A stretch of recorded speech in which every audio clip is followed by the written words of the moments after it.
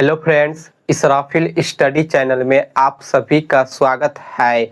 आज के इस वीडियो में हम लोग शानदार ट्रिक से तत्सम शब्द और तद्भव शब्द को पहचानना सीखेंगे। तो वीडियो को शुरू से लेकर लास्ट तक देखिएगा ताकि आप अच्छे तरीके से समझ सके। तो चलिए हम वीडियो को स्टार्ट करते हैं।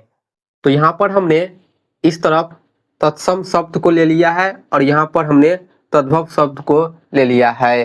तो सबसे पहले हम तत्सम शब्द के बारे में जान लेते हैं। तत्सम शब्द संस्कृत भाषा के शब्द हिंदी में बिना परिवर्तन के प्रयोग होता है।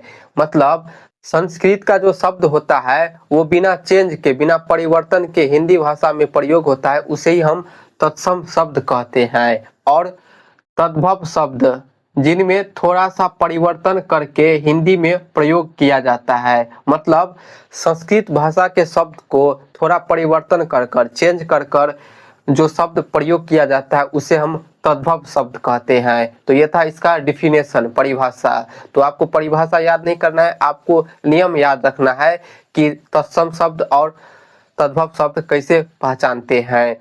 यहाँ पर ध्यान दीजिए, बहुत सारे स्टूडेंट के मन में कंफ्यूजन होता है कि संस्कृत शब्द को तत्सम शब्द कहते हैं कि तद्भव शब्द को संस्कृत के शब्द कहते हैं। तो यहाँ पर देखिए, संस्कृत में स है और तत्सम में भी स है। तो यहाँ से हम कह सकते हैं संस्कृत के शब्द को तत्सम शब्द कहते हैं। इसमें भी स है और इसमें भी स है। तो आपको ध्यान रखना है कि जब भी आपको तत्सम शब्द पहचानने के लिए कहा जाए तो आपको संस्कृत वाला शब्द जो है ढूंढना है। तो चलिए हम यहाँ पर नियम देख लेते हैं कि कैसे हम पहचानेंगे तत्सम शब्द और तद्भव शब्द को। तो पहला नियम देखिए, हमने यहाँ पर अक्षर लिया है, यानी किसी शब्द के पहले, बीच में या लास्ट में अक्षर दिख जाए तो वो तत्सम शब्द होगा। जैसे कि देखिए, अक्षर, अक्षी, इक्षु। अक्षर दिख रहा है इसीलिए सभी तत्सम शब्द है। अब यहाँ पर ध्यान दीजिए, अक्षर का तद्भव में जो है ख और छ में परिवर्तन हो जाता है। यहाँ पर लिखा है नहीं कि परिवर्तन हो जाता है, यानी संस्कृत के शब्द में यदि अक्षर लिखा है तो वो ख और छ में परिवर्तन हो जाएगा। जैसे कि देखिए, यहाँ पर अक्षर है तो ये क्या हो गया है, अक्षर हो गया है। अक्षर जो है छ में चेंज हो गया है, छ में चेंज हो गया। इसी प्रकार यहाँ पर अक्षी है तो ये क्या बन गया, आंख बन गया। अक्षर जो है ख में परिवर्तन हो गया, चेंज हो गया। इसी प्रकार यहाँ पर इक्षु है जो कि इख में बदल गया, यानी अक्षर जो है ख में बदल गया। तो पहला नियम क्या है कि किसी शब्द में यदि अक्षर दिख जाए तो वो तत्सम शब्द होगा, और अक्षर को यदि हम ख और छ के रूप में बदल देंगे तो वो हमारा तद्भव शब्द हो जाएगा। ठीक है, तो यह है पहला नियम।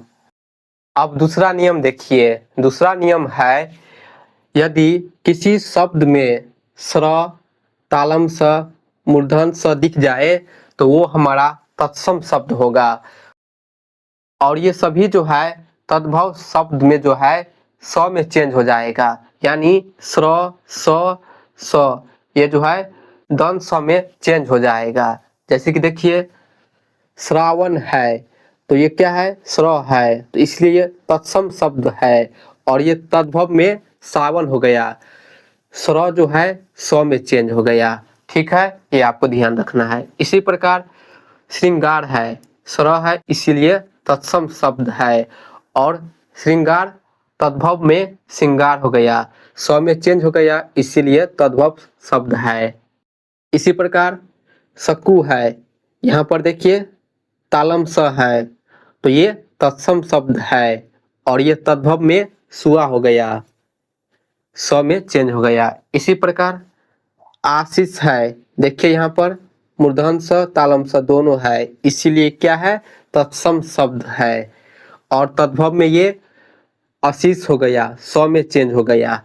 इसी प्रकार कृषक है, यहाँ पर देखिए मूर्धन स है तो इसलिए ये तत्सम शब्द है, और तद्भव में ये चेंज हो गया किसान में, यानी स में चेंज हो गया। तो दूसरा नियम क्या है कि किसी भी शब्द में यदि स्र, तालम स, मूर्धन स दिख जाए तो वो हमारा तत्सम शब्द होगा। और ये सभी जो है तद्भव शब्द में दंत स में चेंज हो जाता है, आपको ये याद रखना है। अब तीसरा नियम देखिए, नियम है यदि किसी शब्द में वह दिख जाए तो वो हमारा तत्सम शब्द होगा, और वह जो है तद्भव शब्द में ब में चेंज हो जाता है। वह जो है तद्भव में ब में चेंज हो जाता है। तो जैसे एग्जांपल देखिए, यहाँ पर वधु है, देखिए वह है तो इसलिए ये तत्सम शब्द है। वधु जो है तद्भव में बहु हो गया, यानी वह जो है ब में चेंज हो गया। ठीक है। इसी प्रकार वन है और यहाँ पर वन है, वह है तत्सम है, यहाँ पर ये ब में चेंज हो गया इसीलिए तद्भव शब्द है। इसी प्रकार वर्धन है और यहाँ पर बढ़ना है, ब में चेंज हो गया। इसी प्रकार यहाँ पर वंध्या है और यहाँ पर बांझ है, वह जो है ब में चेंज हो गया। वह वाले शब्द तत्सम शब्द होंगे और ब वाले शब्द जो है तद्भव शब्द होंगे। तो ये है तीसरा नियम। आपको याद रखना है कि किसी भी अक्षर में यदि वह दिख जाए तो वो हमारा तत्सम शब्द होगा, वह जो है तद्भव में ब में चेंज हो जाता है। अब चौथा नियम देखिए, इस नियम में क्या होता है, किसी शब्द में री और री को हम इस प्रकार भी लिखते हैं और र को हम रेफ देकर और इस प्रकार लिखते हैं। तो किसी शब्द में री और र दिख जाए तो वो हमारा तत्सम शब्द होगा।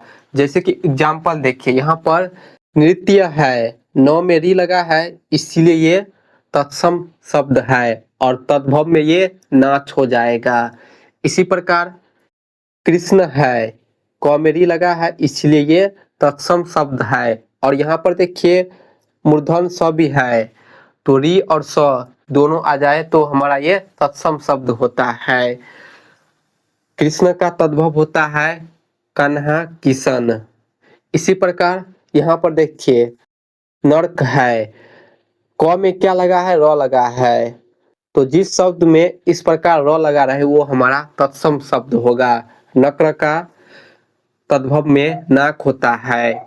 इसी प्रकार यहाँ पर चंद्र लिखा है, द में क्या लगा है, र लगा है इसलिए तत्सम है। चंद्र का तद्भव चांद होता है।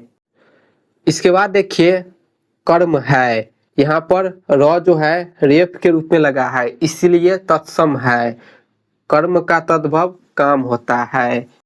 इसके बाद कर्ण है, यहाँ पर देखिए र जो है रेफ के रूप में लगा है इसीलिए तत्सम है। तो ये जो है तद्भव में कान हो जाएगा कर्ण का। तो चौथा नियम क्या है कि किसी शब्द में यदि हमें री और र दिख जाए तो वो हमारा तत्सम शब्द होगा। ठीक है। पांचवा नियम देखिए, नियम है यदि किसी शब्द में तरह पर इस प्रकार प र दिख जाए और आधा वर्ण दिख जाए तो वो हमारा तत्सम शब्द होगा। कैसे, तो देखिए कुपुत्र तरह है इसीलिए ये तत्सम शब्द है और तद्भव में ये कपूत हो जाएगा। इसी प्रकार मित्र है, तरह है इसीलिए ये तत्सम शब्द है। मित्र का तद्भव मित होता है।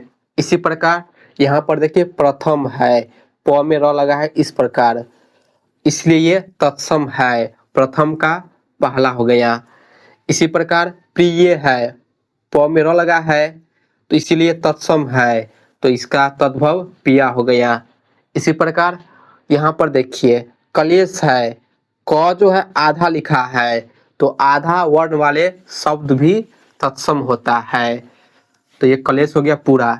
इसी प्रकार काष्ठ है, यहाँ पर देखिए स जो है आधा लिखा है इसीलिए तत्सम शब्द है, या यहाँ पर मूर्धन स है इसीलिए ये तत्सम शब्द है। तो आप दोनों नियम से याद रख सकते हैं, यदि मूर्धन स या आधा शब्द दिख जाए, आधा वर्ण दिख जाए तो वो हमारा तत्सम शब्द होता है। इसी प्रकार युक्ति है, तो यहाँ पर आधा क है, आधा वर्ण है इसीलिए ये तत्सम शब्द है। युक्ति का तद्भव जुक्ति होता है।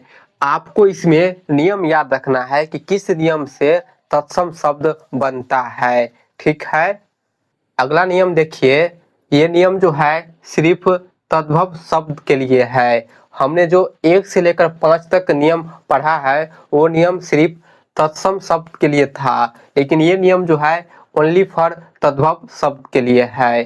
तो ध्यान दीजिए, यदि किसी शब्द में ये क्या है, चंद्र बिंदु है, चंद्र बिंदु र और ढ इस प्रकार लिखा दिख जाए तो वो हमारा तद्भव शब्द होगा। कौन सा शब्द होगा, तद्भव। जैसे कि गेहूं है, देखिए यहाँ पर चंद्र बिंदु लगा है, इसीलिए क्या है, तद्भव शब्द है। इसी प्रकार गांव है, चंद्र बिंदु लगा है, ये तद्भव शब्द है। इसी प्रकार ऊंट लिखा है, यहाँ पर देखिए चंद्र बिंदु लगा है, इसीलिए तद्भव शब्द है। इसी प्रकार चांद लिखा है, यहाँ पर देखिए चंद्र बिंदु है, इसीलिए ये तद्भव शब्द है। यानी चंद्र बिंदु वाले शब्द जो है तद्भव शब्द होता है। इसी प्रकार यहाँ पर देखिए लड़, दौड़, उड़, र लिखा है, तो इस प्रकार जब शब्द दिख जाए वो हमारा तद्भव शब्द होगा। र रहे तो तद्भव शब्द होगा। इसके बाद पढ़, चढ़, ढ दिख रहा है, इस प्रकार लिखा रहे तो ये भी हमारा तद्भव शब्द होता है। यहाँ पर देखिए गेहूं का तत्सम गोधूम है, गांव का तत्सम ग्राम है। तो यहाँ पर ध्यान दीजिए, हमने जो नियम पढ़ा है कि र यदि इस प्रकार लिखा रहे तो वो हमारा तत्सम शब्द होगा। इसके बाद देखिए तद्भव में ऊंट लिखा है, ऊपर में चंद्र बिंदु है और यहाँ पर उष्ट लिखा है, तो देखिए मूर्धन स है और या आधा वर्ण है, तो ये क्या हो गया, तत्सम शब्द हो गया।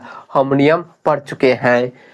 इसी प्रकार यहाँ पर चांद लिखा है, चंद्र बिंदु है, इसीलिए तद्भव शब्द है और तत्सम में चंद्र हो गया। द में देखिए र लगा है, तो जब इस प्रकार र दिख जाए तो ये हमारा तत्सम शब्द होगा। तो इस प्रकार हम 6 नियम से तत्सम और तद्भव शब्द को पहचानेंगे। तो मुझे उम्मीद है कि आप अच्छे तरह से समझ गए होंगे। वीडियो को लाइक कर वीडियो को ज़्यादा से ज़्यादा शेयर कीजिए और चैनल को सब्सक्राइब जरूर कर लीजिए। Thank you.